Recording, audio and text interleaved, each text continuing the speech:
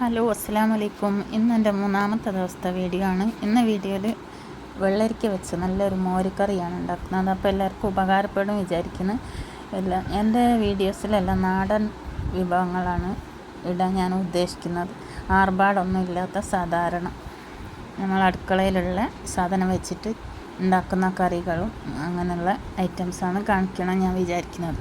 വെള്ളരിക്ക ഉണ്ടായിരുന്നു, നല്ലപോലെ ഒന്ന് തൊലിയെല്ലാം എടുത്ത് നല്ല ക്ലീനാക്കി ചെറുതായിട്ട് മുറിച്ച് ഒന്ന് കുക്കറിലിട്ടേക്കാം. കുക്കറിൽ ഒരു 2 വിസിൽ മതി. വേവിക്കുന്ന സമയത്ത് കുറച്ച് ഉപ്പും മഞ്ഞൾപ്പൊടിയും ഇട്ട് കൊടുക്കാം. എന്നിട്ട് 2 വിസിൽ നല്ലപോലെ ഒന്ന് വേവിച്ചെടുക്കണം. 2 വിസിൽ നല്ല പാകത്തിന് വേവാവും.